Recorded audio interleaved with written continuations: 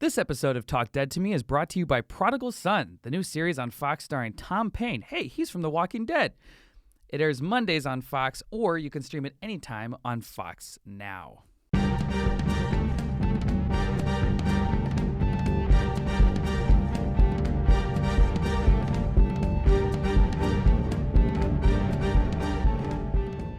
Welcome back to another episode of Talk Dead to Me, the only Walking Dead podcast with the guts to start at Season 10. I am your humble, not-so-humble host, Johnny Odell. I'm the social media manager for The Walking Dead, and I am always watching, even when you're asleep. With me, as always, are my co-hosts, or at least the holograms of their former selves, Alexandra August and Woody Tondorf. Alexandra, how are you doing today? I'm doing so well. What'd you think of the Star Wars trailer? Oh my god, I thought it was Wait, hold no. For big like tentpole movies like this, I try to go into it completely fresh with like no like watching of the trailer. So like don't say another word or I will walk out. But fine. That was a single word. Not even we've got rules, okay? We live in a society. All right, well, down to two real fast. All right, Woody, come back. All right. Are we done talking about Star Wars? Yes, we are totally done talking about the Emperor. It's all right. a Walking Dead podcast, and all we want to talk about is a Star Wars. Dude. Great job. You know, guys, it's okay. Let's just, let's jump into it. Let's Phil DeFranco this thing. Let's Phil DeFranco it. Let's get Who filled in. is Phil DeFranco? I'm just kidding. Wow. On today's show, we break down episode 1004, listen to your voicemails, play Dunked On and Shipwatch, and interview Sarabeth Pollock from Undead Walking. No way. We got Sarabeth Pollock. Yeah, she is a big staple in the Walking Dead community. That's kind of what we've been booking here is staples. She returned your calls, Johnny? She returned my calls. After I sent a note. That's very good. I sent an email. Team effort. The note was in blood.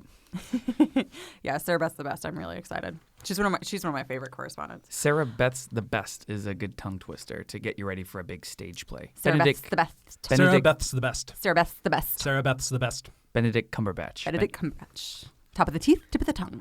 Okay. Oh. Also, please make sure to subscribe to Talk Dead to Me and rate us 5 stars. It helps your karma. It helps us like you. And if you have good karma and we like you, you definitely will not ever get hit by a bus. Well, not ever, but like that's how that works. The chances go way low. Talk Dead to Me is not responsible for any incidents with a bus, truck, cab, e-scooter, or what have you. Just look both ways. This is usually the time in our podcast where we talk about the best Walking Dead news we heard this week. There wasn't a lot, but we did get a little tidbit from Fear the Walking Dead Season 6. Scott Gimple, who is the chief content officer of the Walking Dead universe, was talking on the Hollywood Reporter's TV's Top 5 podcast. Alex, what is a podcast? Funny you should ask, okay, Johnny. Great. Scott Gimple said, I will say that on Fear the Walking Dead, the way that the stories are going to be told next year are going to be very different than the 2 other shows. He basically goes on to say that each episode is basically going to be focused on a singular character. So not as much of an ensemble piece, but we'll get, sort of the individual story arcs. Woody, are you here for that? Look, every single Fear episode is already different than anything else that is in the Walking Dead verse. So like that means much the same to me. Like you're not going to see a mockumentary episode of The Walking Dead anytime soon. But if it's focusing on 1 to 2 characters, a good laser focus on the characters is always nice. And as long as it's John and June, then I'm happy about it. I will say that the episodes that focused on the singular characters were my favorites of last season. I really enjoyed Althea's one-off episode. I liked Morgan and Grace's. I kind of like it when people, and I really enjoyed, I don't know who didn't enjoy the beer hot air balloon. Oh my God. Top Walking Dead moment, like across all of the series. That's up there. Yeah, and I tend to think that Daniel's better in small numbers too. So if we I wouldn't mind like a Daniel Strand episode. It sounds like it's going to be singular characters, but I mean they're going to have to interact with some people at some point. So yeah, I think that'll be a really interesting way to explore Virginia's hold over them for a better degree. Yeah, it's going to be something. Fear the Walking Dead goes places that the other shows can't go, and for that, Fear the Walking Dead always has a special place in my heart. Speaking of other Walking Dead news, this one's a little bit older, but if you haven't heard it, it's new to you. On October 1st, Skybound published our very first novel set in the Walking Dead comicverse, guys. Woo! That's pretty great. It's called Typhoon by author Wesley Chu. It takes place in China during the zombie apocalypse. Natch. And, it's not the first time that we've gone outside America to see how the rest of the world is getting on. As we all know, Brian K. Vaughan did a short story about Rick Grimes' brother in Barcelona. R.I.P. But that was a picture book. That was not a novel. This one, as I understand, is entirely words, which will be challenging for me. But we're going to try to read a whole book in a week. And I think that we'll do a brief book report next week. I'm excited to crack this one. So, Alexandra, you want to read it too? I do want to read it. Johnny, do you want to read it? Sure. I have to learn how to read first. Johnny's not going to read it. Alexandra and I will present a book report, and then Johnny will give us a grade. Tune in for what's definitely going to be An F. a segment. On a scale from 1 to 2. Anyways, read along with us and check in with us next week. Maybe we read a whole book with words in a week. Not on the show. All right, let's talk about the episode. Episode 1004 called Silence the Whisperers. Silence the Whispers was the title in the comics. This is Silence the Whisperers. So it just shows you how different the show can be. Can I say something just real quick before we start? Please. And something that I think that we should carry on through the podcast. The fact that the Skins nickname is now, like Judith says it in the episode, Negan says it the week before, and I think that is great. The Whisperers should be referred to as the Skins through the rest of the show and the rest of the podcast, because you know what? Saying Whisperers is hard. And that's they never had to solve that problem in the comics. You just read it and you move past it. I can picture the actors being like, this is hard to say. Can we just call him something else? And then they landed there. This has been a PSA by Woody Tondorf. Whisperers hard. Skins easy.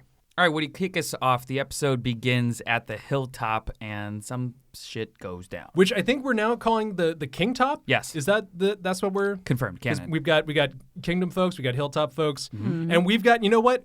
As we start the episode, everyone is having a wonderful time. It felt a little bit Grey's Anatomy because they open with a very nice musical montage. And then we start out with, like, Daryl comes down into this, like, really nice dinner scene with Michonne and the kids. And after last week, like, all of us were sitting there watching it being like, this is not real. Like, let's get to some, like... I literally thought it was the end of the episode. When we were watching the episode, I was like, wait, did we somehow skip to the end? Because it felt like, not only did it feel like a Grey's Anatomy episode, it felt like the musical montage at the end of a Grey's Anatomy episode. Yeah, precisely. And so you think you're waiting for the other shoe to drop, but it's actually quite nice. And so everybody in Hilltop is having a wonderful time. Some people are having great sex. The only person in Hilltop who's having a terrible time is Ezekiel, who clearly is still, like, crying in bed and, like, is having just a tough time with everything. Which, to be fair, paralleled by Carol in Alexandria. Daryl brings her up a tray of food with an adorable little flower on it. Yeah. And she doesn't answer the door because she's alone in bed and she's sad too. And they should just be sad together. And I think that was as we go through the episode, like the themes of isolation and loneliness were really carrying across through all the episode or the characters. And we'll get to that in a second. Because as soon as the nice moments are over, Ezekiel walks outside and a giant tree has fallen on the hilltop walls and has breached it. And it's also partially collapsed a building, of which we're told 9 people are trapped and some are injured, but we don't get their names, so I guess they don't matter, and we just keep going on. Jerry is fine, and after that, I can just keep going. Of course, everybody just assumes because a tree falls, and that's, then they're in general hostilities with the Skins, that they're all like, oh, they did this, which Earl is like, oh, absolutely they did this, which now is leading me to believe... Earl is bloodthirsty. Earl is out for work. He is there to murder some people, and I like this version of Earl.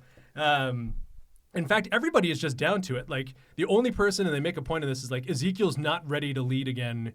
He's clearly somewhere else. His head is not in the game, so it falls to Michonne to be like, okay, Yumiko, Luke, Kelly, Connie, whole group, go out there, defend the wall. And it gives us a chance to look at I want to talk for just a second. Luke has a weapon that maybe somebody who watched this knows what this is. Like, he's got an axe handle or hatchet handle that goes into this, like, weird bladed spiky thing that looks like a cogwheel. Yeah, it looked like a wheel from a clock, like the clock face. Or like a big, like a truck gear type thing. Yeah. It's weird and, like, it definitely feels like something that comes from, like, Earl's, like, lab.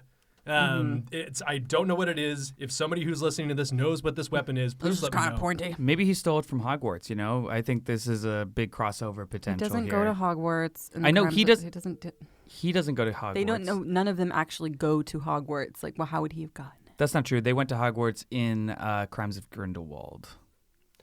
Dunked on. Totally. He just got dunked on. Totally. Sorry, they were there. So anyways, he's got a magical weapon. He's using it. Luke is a warrior now, and that's just how we live our lives. Wait, really quick. I love that how Dumbledore went from in the past wearing like these like 3-piece suits to at some point in older age, he's like, you know what, screw it. I'm going to wear like wizard robes. I'm going to be comfortable. Yeah, look, Johnny, I respect that. You're a young man, Yes. and you are always trying to look your best. You always have, your swag is untouchable. You've got, you're just so great. But once you get older, you start to lose all the fucks, and you're like, just put me in some fucking Jedi robes and let me just kind of like live my life and not have to worry about stuff. Also fashion. I mean, times older, like, senior wizard fashion could have changed dramatically in the 70 years. Absolutely. Yeah. And also, like, his drapery game is on fucking point. Yeah. So, All right. I'm just saying. Dunked on myself. So all this is how Hilltop's going on, and the one thing that we do learn from this, from all of this strife, is that Yumiko was Magna's lawyer. Yeah. That's a little tidbit that gets dropped in there. That's new. And I have a few questions about that. Okay. At what stage in the Magna process was Yumiko the lawyer? Like, did she try to get her off and it didn't work? Or was she... Get her off. Hey! Heyo. Or did she like try to like get her released from prison and it worked or not? Or like I'm just curious. And it also just makes me think about in season 9 when they show up and Magna's clearly the leader of the group, but Michonne, who is a lawyer, starts asking all this stuff and noticing that like she's from prison. Like, at what point does like Yumiko's lawyer sense start to pop up and be like, objection, counsel? Like, I don't know. Yeah, that was an interesting dynamic to be introduced. I don't know. We didn't know that Yumiko was Magna's lawyer beforehand, did we? No, I think this is the very first time that there's any sort of like insight into what their backstory is. We just know that they're close and a couple, but like the nature of the relationship is not known. Yeah, that kind of made me.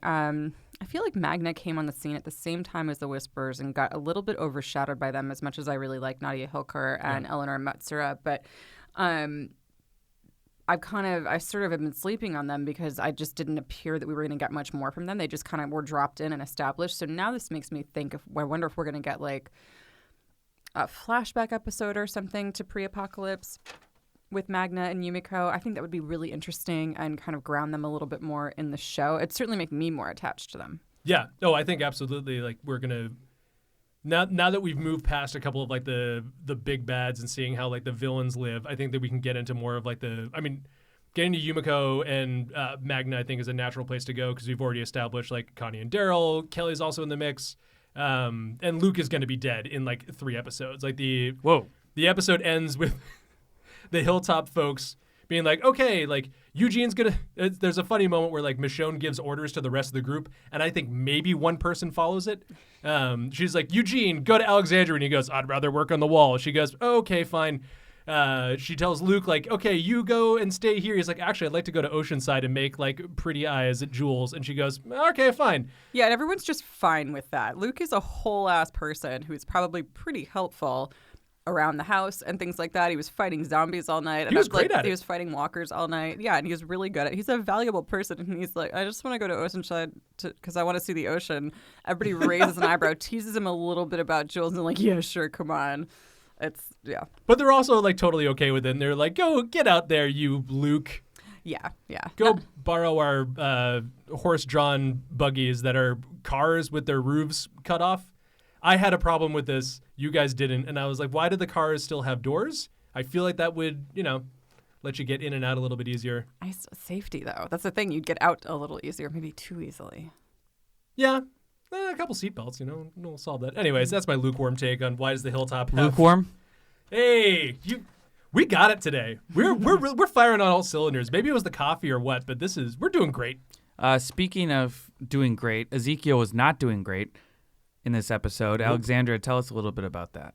I have always liked Zeke because he is ridiculous and ridiculous for good reason. He found something for him that worked, and I think that he was just, I really had the same reaction to him that Carol did when she first met him. Like, I'm just delighted, and I don't understand a word of it, but this is great. Like, and I just thought, I am not a comics reader. I've read here and there, but I had no idea about Ezekiel before I started watching the show.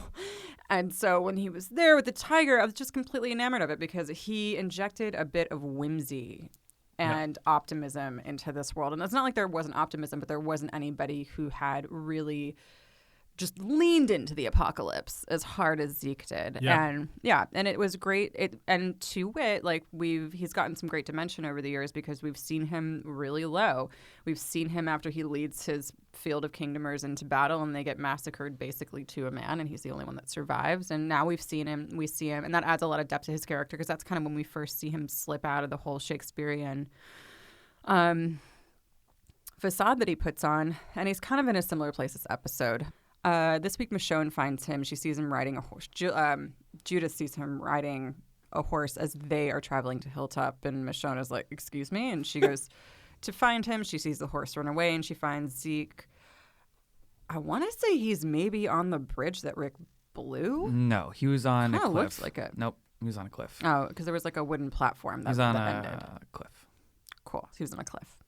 And clearly about to jump. Michonne stops him. They're both kind of wigged out. They share a kiss and a really lovely conversation afterward where they both kind of relate to each other about their mutual loss. And Michonne says, like, please don't do that again. And he's like, okay. And wait, you are breezing over this kiss. This is the thing. This is the moment straight out of the season 9 Comic-Con trailer. Yeah, but it was a red herring, a big ass red herring. It was a red herring, but it was a big moment, and I think Michonne. I'm gonna get to it. Okay, thank you. Yeah, so it was a powerful intermashing of dreads. I was looking forward to it. It was a really what I'm trying to get to is that the conversation after this kiss is like probably one of my favorite Ezekiel scenes in recent memory. And it really, really made me miss the king when he says to her, when she says it's really, he talks about Carol, and she talks about how, yeah, you know, it's like you feel really down, and then all of a sudden you've got a partner in crime, you've got a sounding board, and then they're gone and you're alone again. And he just looks at her and he goes, and yet I smile. And my heart broke into 1,000 pieces. And then they even say at some point, they reference their relationship in the comics when, after the kiss, Michonne says, it would have never worked between us. We're both too stubborn. And Zeke says, well, maybe in another universe. Yes. And it was so cute. Like, they mentioned to you guys, like, that's the kind of fan service that I like. We all freaked out watching it at that point, being like, yeah, no, they do get together. They do. But he's also dead. Oh, man. And can we talk about the smooch real quick before we move on to another part? Yes, please. Please. Because that was, all of us had a reaction when they have the hug and then they separate. And they get to that moment where, like, they're like a foot apart, like their noses are nearly touching and they're looking at each other. And, like, everybody in that moment was leaning forward being like, yes, do it, smooch, smooch, smooch. They come together. Michonne is not into it. Like, yeah, she doesn't pull away. But she doesn't necessarily kiss him back either. There is, like, her eyebrows raise. She doesn't pull away from it, but, like. Having been that woman on the receiving end of a similar kiss, couple of different times, it's like not all kisses you don't want are repulsive, and sometimes they surprise you and you sort of are like, oh, okay, and then you're like, no, it's still my friend and I'm not interested. Like, there's like not all, like, I feel like film and television would have us believe that you're either having sex in 2 seconds or you're getting slapped, and there's definitely an in-between, and it was nice that they were able to exist in that and then have a nice honest conversation afterward. She even says afterwards that, you know, I haven't actually kissed anyone over 4 feet tall in 6 years. So, you know, obviously referring to Judith and RJ. So, you know, she lets him off the hook. You know, Ezekiel's not going to get, like, Me Too'd at Hilltop or anything. It was a nice change of pace, but, like, we don't have to do that again. And then they have a very amicable, like, splitting up of that part. It doesn't seem to be awkward. Like, they're back to zombie killing and just being great leaders of folks. Ezekiel kind of had, like, a little Final Destination moment where he almost got killed. I mean, it seems like his story is kind of wrapped up. I mean, you hate to say it, he's dead at this point in the comics, like we said. The kingdom's gone, Carol's gone. I mean, what else? You know, he's kind of running Hilltop, but he's not really into it, you know. So this actually, you know, felt natural for him to sort of die around this time. But now Michonne's given him new life. So I'm actually really excited to see where his story goes from here. Yeah, there's a chance that he won't die. I just feel like I think our narrative spidey sense is up. And when you've watched the show for 10 seasons, patterns emerge. And I really hope he doesn't. All right. So the other big storyline that happened this episode was concerning Lydia. So there's been this internal battle between Lydia and pretty much everyone else except for Daryl in Alexandria, because everyone is mad that her mom beheaded all their friends, blah, blah, blah. And, I mean, understandable, but she wasn't there. She wasn't a part of it. She's already declared her allegiance Also a child. Yeah, but she's declared her allegiance for Alexandria, so people have been giving her a hard time. And it kind of definitely reached fever pitch this episode. I loved seeing her sort of taunt them back for once because they're wearing like the sacks over their head, being like, "I'm a whisperer." And Lydia did that whole thing where she everyone's having lunch and she just brings a rabbit on the table and just starts skinning it. And everyone's like, "Jesus!" And then she does the whisperer taunt to them. She does the whisperer taunt, which is my favorite thing. It was so good. She just does you can tell they want to leap, and they're literally like, "Not yet." Where if I was Lydia, I was like, "What do you mean not yet? Like maybe I shouldn't go out at night alone." And she did. So that night, she gets jumped by Gage and Margot and all of these Hilltop Teen highwaymen extras and almost gets kind of murdered until Negan shows up. Where was Negan? Negan shows up, throws him off of her, and throws Margot into a wall. Margot's dead. Margot, by the way, is the blonde. We had to look up her name. And Negan saved the day. Yeah! It was really fun. My boy Negan. There was a couple things going on in that moment where the ambush of Lydia takes place. First of all, in the laundry section of Alexandria, where there's nothing but billowing sheets everywhere that are out on lines to dry. Mm-hmm. It's in the middle of the night. She gets jumped, and then Negan shows up out of nowhere. But I'm trying to figure out what part of Negan's work release program was going on at that point where because Brandon shows up 15 seconds later with his spear thing being like, "What was that noise? Hey, I'm Brandon." He is stop running away from me, Negan. He is so dead. He is so not surviving the season. I don't have any information on that. I really. If he's this bad at keeping track of a tall, very obvious and recognizable villain, that not is very his quiet. one responsibility, I do not have a lot of faith in Brandon's just general survival ability. Yeah, Brandon's not at the top of our Walking Dead power rankings anytime soon. No. But I'm just wondering, was Negan doing laundry? Was he finishing looking for truffles or something? I don't know. Truffles in Alexandria.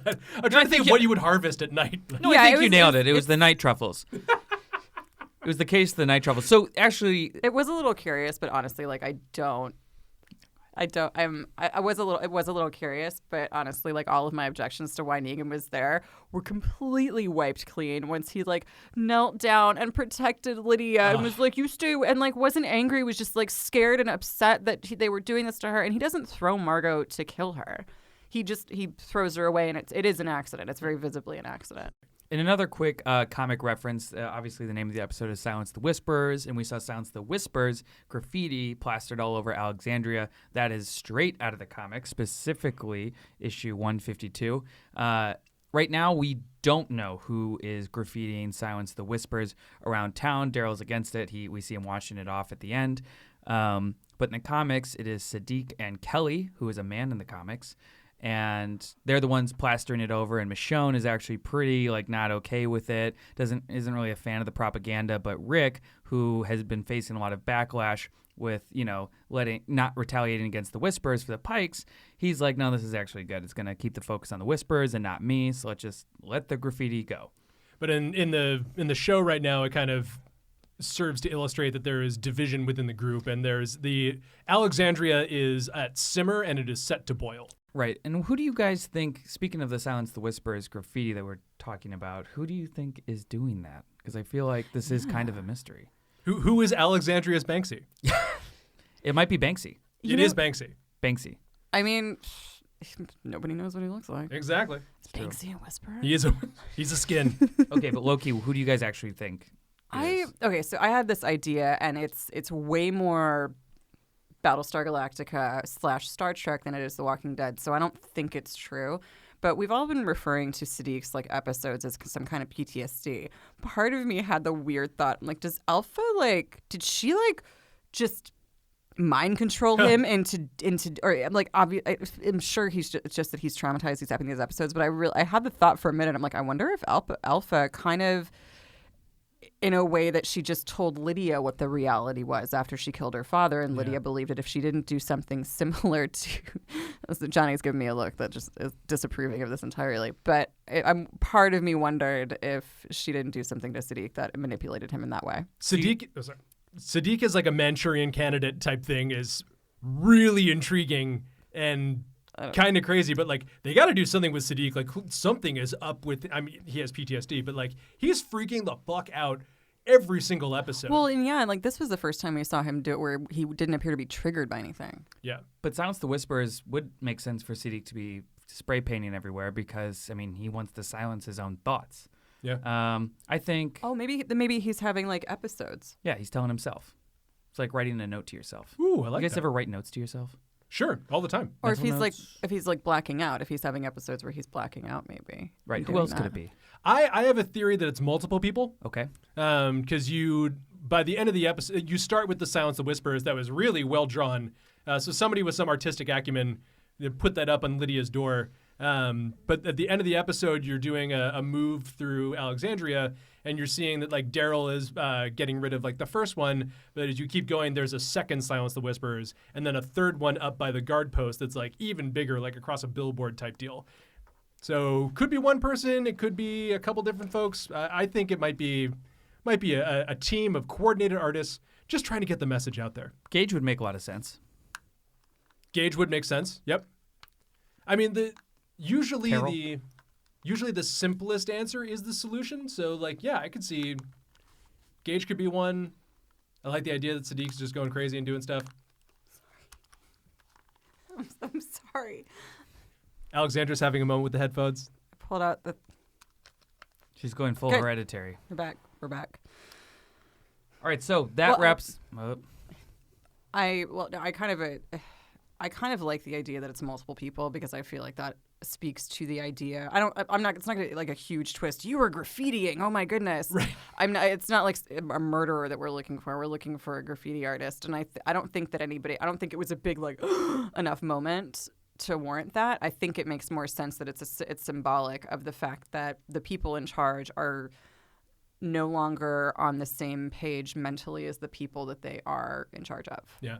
The us versus them is coming out like hardcore across like both groups. And it's interesting. I used to be at the beginning of the season when everybody's, or not the beginning of the season, episode 3, I think, when they're sending the waves of walkers. And they're like, who else could this be but the skins? And the skins are going, well, it's not us. And I'm thinking to myself, well, who else has those whisperer tactics? And then when the tree falls in the beginning of this episode and Earl's like, well, of course it's them. Like, part of me is like, well, they've really named it twice, so there must be some other faction hiding in the woods. And then I think to myself, like, no, the simplest answer is the solution here. Like, it's just the Whisperers. They're just telling you, like, showing you that these people are really amped up. And just goes to kind of really shine a spotlight on the two places, Alexandria and Hilltop, where we spend all of the episode, and the isolation that the characters who are outside of that feel. Lydia is very much on her own. Negan gets told multiple times that he's on his own to the point that he just pieces out and walks. Well, and Judith actually has that moment, that very prescient, like Judith is smart moment in the beginning where she says, what if, like, you know how RJ runs around and you just say, let him tire out? What if the Whisperers are doing that to us? They're tiring us out so they can get the upper hand. Yeah. And I think that makes a lot of sense. Wise beyond her years. Oh, yeah. Judith is OP. All right, so that wraps up our recap of the episode. Now we're going to go on to one of our favorite segments called Dunked On. Ooh, Dunked On! For those new to this segment, this is the time where we talk about who got absolutely dunked on this episode. So we're all going to have our own moments. For me, I'll start it off. I thought that Negan got a little bit dunked on by Daryl when Negan and Lydia were talking, and Daryl just finds the biggest sheet to make the most dramatic entrance and comes and says, hey, get away from her.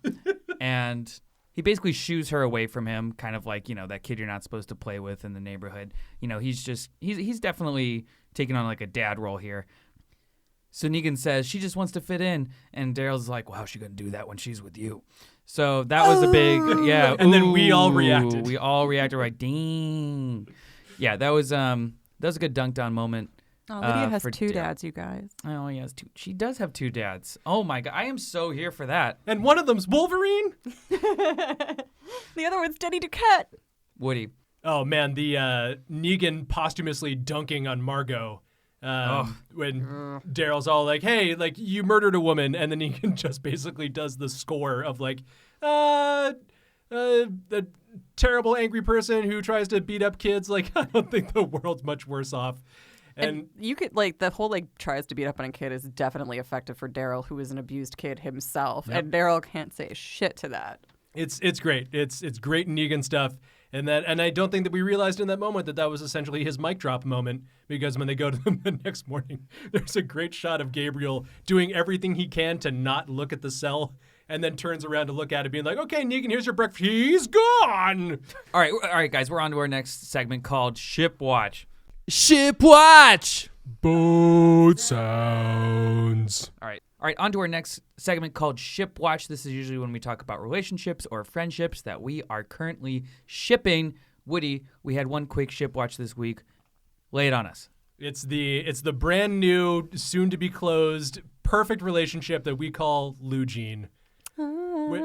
Eugene, in his perfect way, does a whole thing about, like, when you see one whisperer, there are probably 100, and then gives, like, the species name for cockroach. Luke, of course, is like, oh, I know that. It's a cockroach. And they have this moment of, like, should we fuck? Yeah. Dude, Luke legit winks at him. Yeah. He winks at Eugene turns and is like, and Luke's like, huh? And then he pulled his pants down, which I thought was a bold move. Yeah, it was daylight, and there were a bunch of other people in that room. Michonne was staring right at them. Didn't look away. It was uncomfortable for everybody. But, like, I just had a moment of, like, you could see this whole kind of, like, slow motion turn around them and imagine them, like, laughing, coming up with, like, writing songs underneath a tree, playing D&D. Like, makes it so bittersweet. Right? And then Luke's going to be super dead next episode, and that's just going to make it sad. All right, on to our guest of the week. It is Sarabeth Pollock from Undead Walking, one of the premier Walking Dead fan sites out there, as you're about to find out. Let's dive into the interview.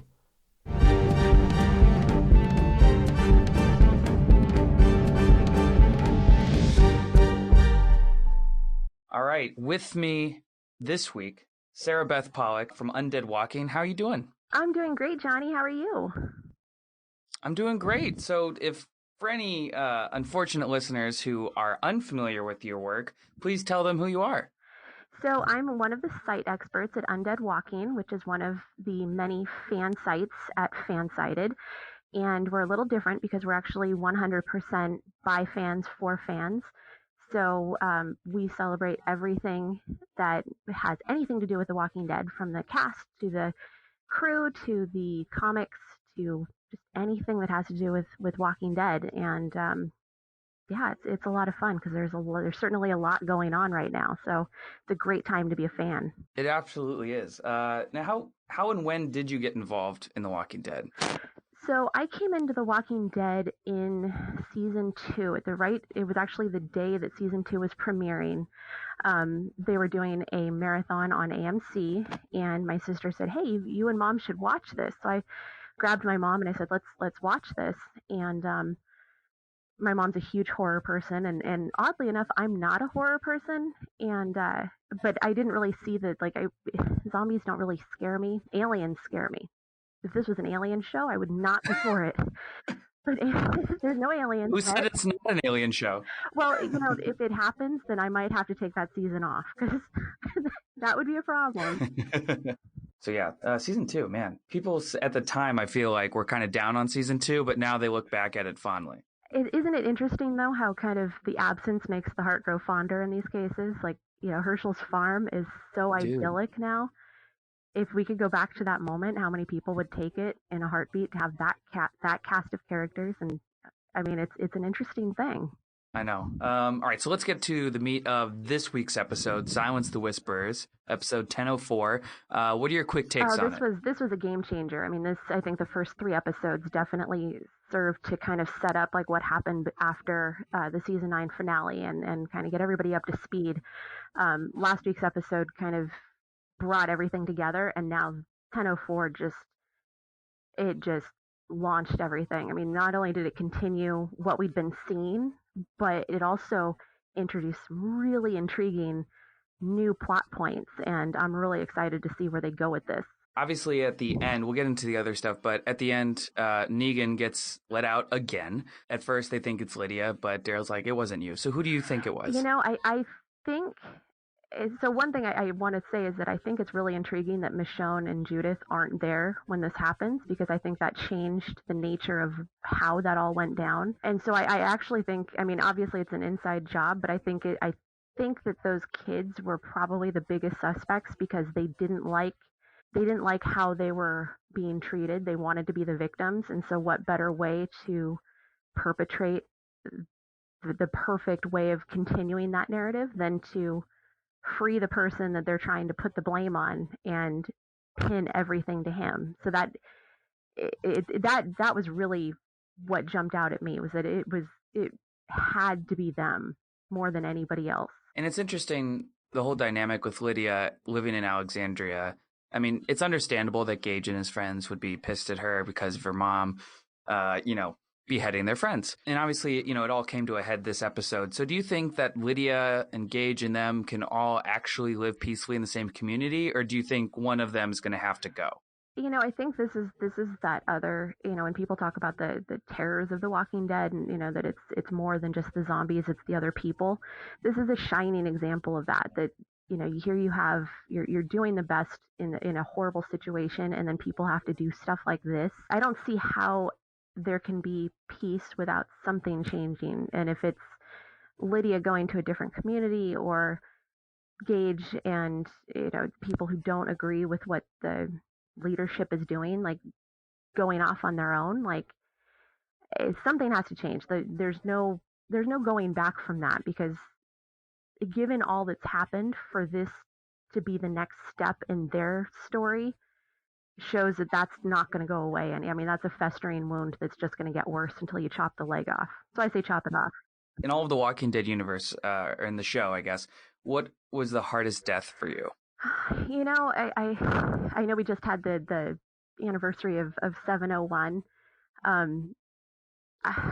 Yep. I would actually, the one that bothered me the most, I think, was Lori, because of how that all happened. And we've seen so many different deaths, and deaths that happen in different times. And I think that one just really, with what it did to Rick and how it changed Carl, and, left Judith without a mom. I think that one resonated a lot more, and plus I think that gave Carl this, if that hadn't happened, I don't know what Carl would have been like after that, but I think it really galvanized him. And when in thinking back to my absolute favorite episode of the entire series, which is 707, like when he's telling Negan what he had to do, you could just see the respect in Negan's eyes. Like, he killed his mom, like he had to put his mom down. Like, if that hadn't happened, who would Carl have been? So I see a lot that kind of spun out of that one event that trickled down through the rest of the series.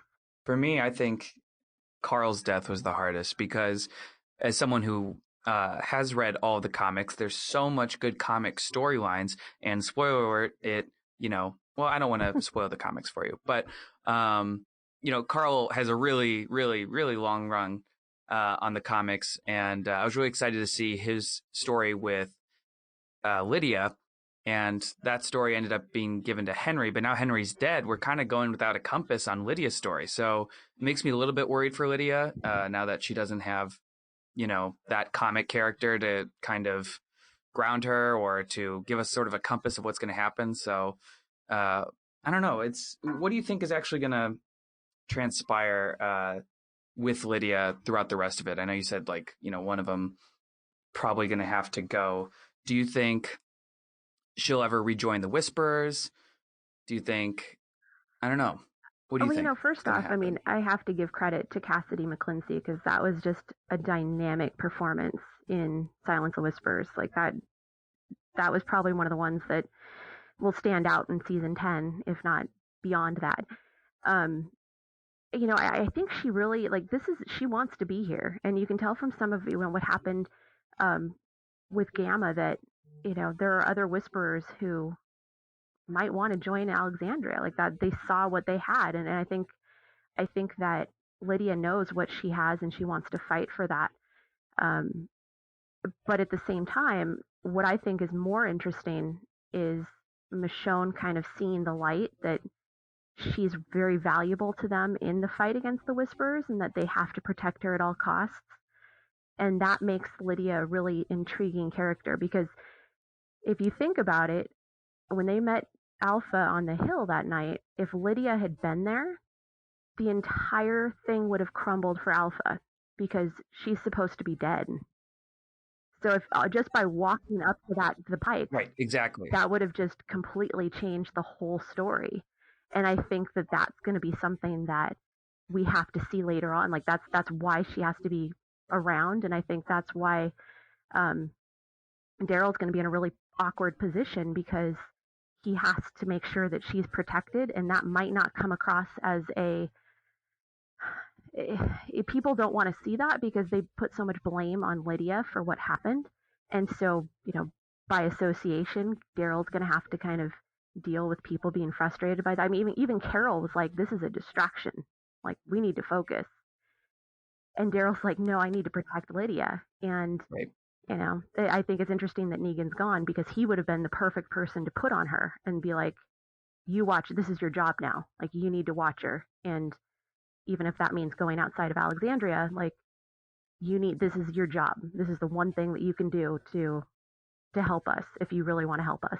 But now he's gone. I know. And I'm really excited. In the comics, we don't know what's going to happen in the show, but in the comics, Negan eventually joins the Whisperers and sort of dupes them into thinking that he's one of them. And then he totally messes that whole, I don't want to spoil anything for people, but, I've heard Negan... that story, because that people talk about that a lot. And that's an intriguing thing. Good. That where we are and what happened in the comics. So. Right. And Jeffrey Dean Morgan has talked about having scenes with Ryan Hurst. So that's definitely happening at some point, which I'm really excited about. Can you just imagine, though, the one-liners that Negan's going to have? Go ahead. Just because he's, even in prison, he's still a stylish guy. Like, I can't wait to hear what he has to say about, like, dude, you stink. Or, like, he's going to be the first person to acknowledge what the Whisperers smell like. Mark my words. It's going to happen. He definitely will. But this season, so we're only 4 episodes in, but how would you rank them so far? From best to not as best? Or, they're all really solid. That would be really hard to do. I mean, coming into season 10, like, if I hadn't seen anything else, I mean, 10:01 was just great, but then I saw 10:02 and I was like, oh my God, like, so it's that's almost an impossible question. But I think I think if I can cheat and say that I really liked 10:04, just because we got to catch up with so many people, and same with with the season premiere. Like, I like knowing what's going on in general with everybody. So I really liked seeing, like, the scenes with Magna and Yumiko in 10:04, and Luke's, like, the little. I think what I liked about.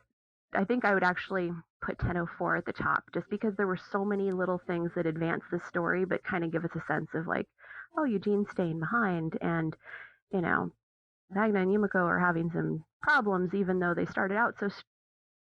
They had some moments in the first scenes of the episode, and like, it really gave some depth to the characters that have really interesting stories that sometimes get kind of overshadowed by the bigger story. So I think 10:04 is my favorite, followed by 10:03, and then 10:03, 10:02, that's solid. And 10:01.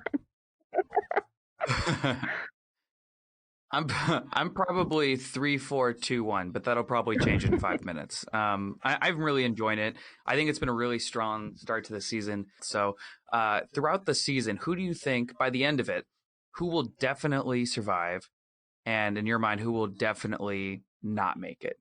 I think that there's the time is ticking for Father Gabriel. And again, like I said, I really like these episodes where you get to see the different stories with everybody, and I'm not really sure where he fits.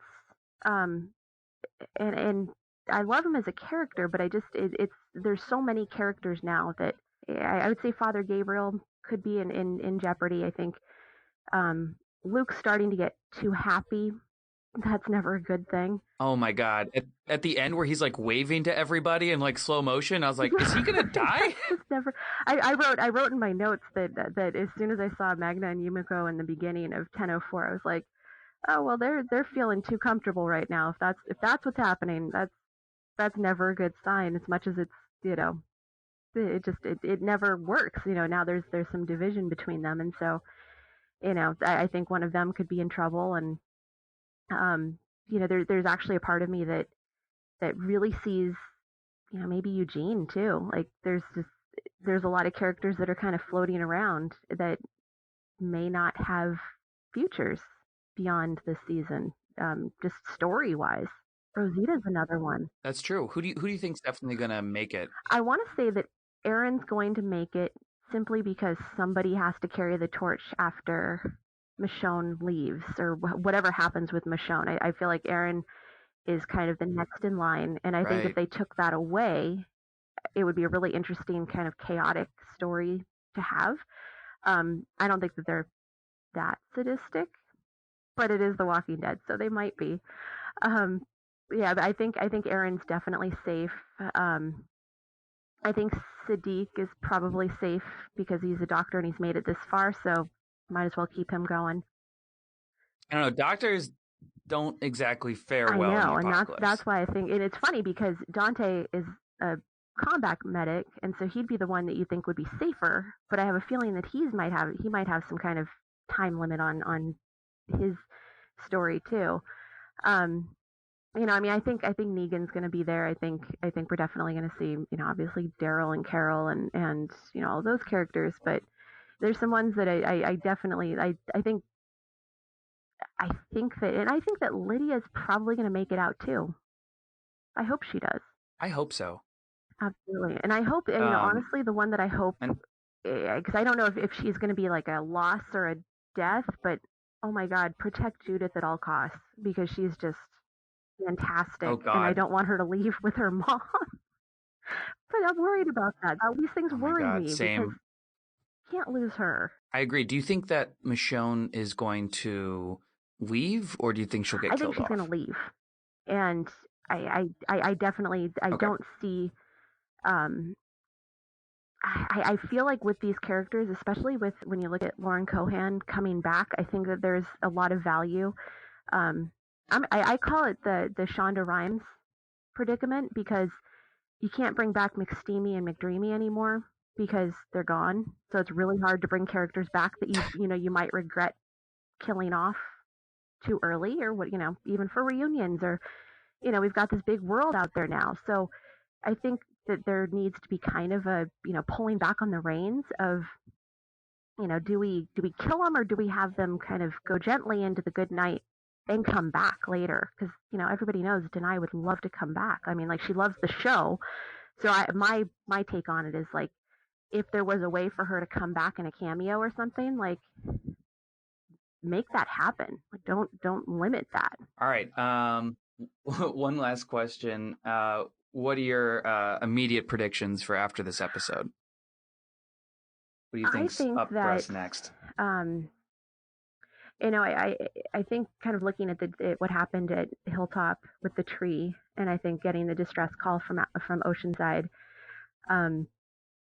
I think that there's something bigger happening, and it may not be the Whisperers, but I definitely feel like there's a reason that all of these communities are coming under fire. And so I think there's going to be some fallout there. I think what Judith said was spot on, that they are trying to wear everybody out. So if it is the Whisperers, it's a pretty smart tactical move to kind of make, to start kind of poking all over the place to get reactions, so then they can do other things. So, my question is, what are they doing at this point? Like, are they sitting back watching, or are they actively recruiting more walkers to, to kind of make their final move? But I feel like I think that's going to be what we see in 10:05, is like that there is this persistent sense of, there's too much of a coincidence that the tree fell. The walkers, Alpha can say they're not hers, but they were there. So, that they're whatever is going on in Oceanside, I think is going to it's going to be very clear that there's something bigger happening, and that they need to be very they need to dial this in and be really tight as a group about it, because as they start to get more tired, that's when I think this group in general tends to function less well, because they start making really strange decisions that everybody, throws the remotes at the TV and says, "Why did you do that?" And it's like the characters are exhausted, and that's when you make really bad decisions. So that's my thought. Is that we're gonna see more of this. It's true. Like, why? Is it a coincidence, or is it exactly what Judith was kind of talking about? Exactly. All right. Well, that wraps it up for me. Thank you so much for chatting with me, Thank Sarabeth. you. You are amazing. I really appreciate your work on, everything you write and on social media. It makes my job easier because you get a lot of interesting scoops and great articles, and it's always easy just to be like, "Oh, Sarabeth posted something. I'm gonna retweet that. I'm gonna comment on that." So I appreciate all the amazing work you do. I'm sure the fans appreciate it and too. thank you for what you do, because you're kind of like the patriarch of our Walking Dead family. You're the one who keeps it. You're either the patriarch or like the crazy uncle. Oh, I haven't stop. figured that one out, but you're definitely at the table for dinner. So whichever role you play, I'm at the table. You're Thank at you. I've been isolated to the kids' table. It really depends on my mood. Sometimes I'm feeling a little punchy with the fans, and sometimes I just give them, hints. We do a lot of stuff. I get a lot of guff sometimes, but it's okay. It's a great fan base, and I'm really happy to be. I'm sure you're happy to be a part of it too, right? Great fan base, and I I love the stuff that they do that a lot of people don't see. That there's so many people trying to help other people and raise money for these great causes, and that's really what it's about. I mean, it's a show about zombies, but it's also about people, and I think the fan base really reflects that. So it's an honor to be part of it. Awesome. All right, well, tell everyone, remind them where they can read you, where they can follow you. You can follow us, undeadwalking.com. or Undead Walking FS on Twitter and Facebook, and we're always looking for people to come and bring their ideas. So it's always a discussion. It's we like to throw things out there just like you do, and get the feedback. So that's where you can find us, and we're just a big community of fans. Yes, guys, please join them. They are an amazing Thank group you of so people. much, Johnny. All right, thanks again, Sarabeth.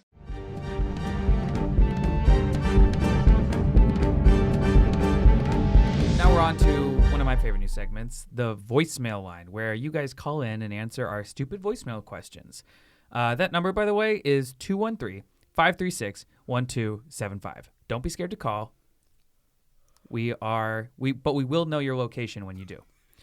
Now, since it's almost Halloween, we asked fans this week, which Walking Dead character is the scariest? Who's the spookiest? And we're going to play the responses and then react to them in real time. Here's the first one. Oh, I can't wait. Hi, my name is Casey. I'm from Western New Jersey, and I think the scariest character on The Walking Dead is Gareth by far, because he's the one who would actually happen in a zombie apocalypse. I mean, a guy with a baseball bat lining people up, saying they work for them, could happen. Somebody who wears a whisperer mask of zombies, tries to walk the dead, not that likely, but cannibals is the most reasonable option that actually happen in the apocalypse. That could happen if people run out of food. Therefore, his threat is actually realistic. Well, we get some pretty good insight into Casey's post-apocalypse plan. He is straight up eating people. Wow, that is, I'm a little freaked out because I hadn't thought about it that way, and now I want an apocalypse even less. Don't tell me you haven't thought about what human flesh tastes like. Oh, well, as sure. Food. Like the skin or the muscle? I don't know. Probably the fatty parts would be the best. Probably all delicious. Yeah. Mm. Yeah, I mean, that's terrifying. All right, on to our next one. Hi, my name is Valerie. I'm from New York, and I have to say the scariest character so far is the group at Terminus, because, I mean, they almost made Chef Boyardee out of the group. Okay. Chef Boyardee, indeed. Yes, our group almost got eaten. Oh, I can taste that.